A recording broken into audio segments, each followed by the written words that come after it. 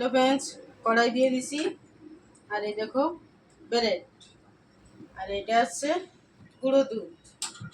আর নেবো আমি এই দেখো গরুর দুধ। এটাকে আমি এখন কিছুটা গরুর দুধ দিয়ে দেবো কড়াইতে। সামান্য নুন দেবো, সামান্য, বেশি না। দুধটাকে দেখো গরম হয়ে গেছে।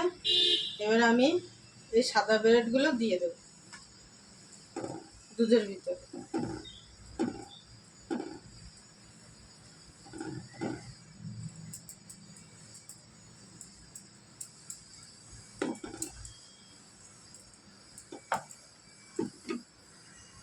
ব্রেডগুলো দেখো মিলে গেছে। এবার দেবো আমি গুঁড়ো দুধ। এটা হয়ে গেছে, এখন আমি নামিয়ে দেবো।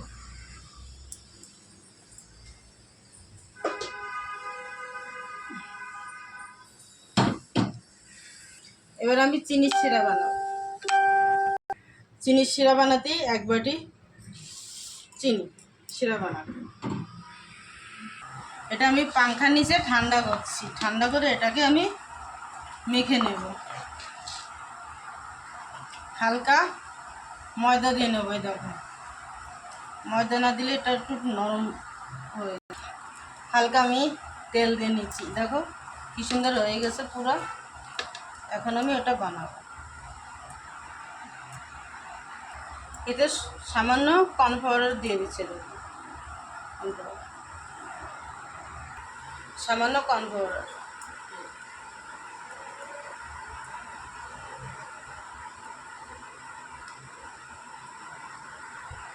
দেখো আমি এরকম নিয়ে হাতে হালকা তেল দিয়ে ওটা এরকম লম্বা করে বানিয়ে নিচ্ছি। তারপরে এরকম করে গোল করে বানিয়ে নিচ্ছি। এটা ছানা জিলেপির মতো। যেটা আমি পাউরুটিতে বানাচ্ছি। পাউরুটি খেতে এত টেস্টি হবে। দেখো আমার সবগুলো বানানো হয়ে গেছে। এবার চলো তেলে ভাজি। কড়াইতে তেল দিয়ে দিচ্ছি। এখন তেল গরম হলে এগুলো আমি দেবো।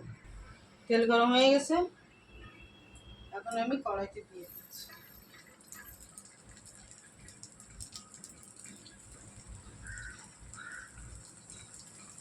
অল্প অল্প করে দিয়ে ভাজবো।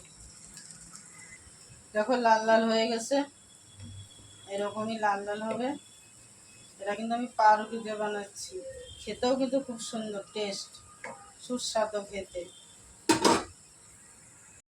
দেখো পুরো লাল হয়ে গেছে। আর আমি এখানে চিনির শিরাটা বানিয়ে রেখেছিলাম, এর ভিতরে এগুলো আমি এখন দিয়ে দেবো।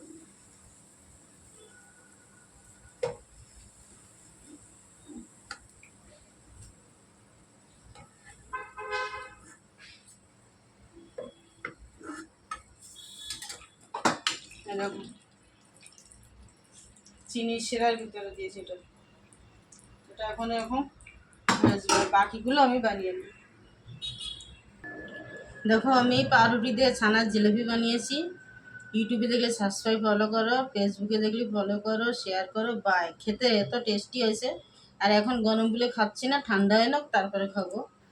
তোমরা ভিডিওটা দেখো। বাই।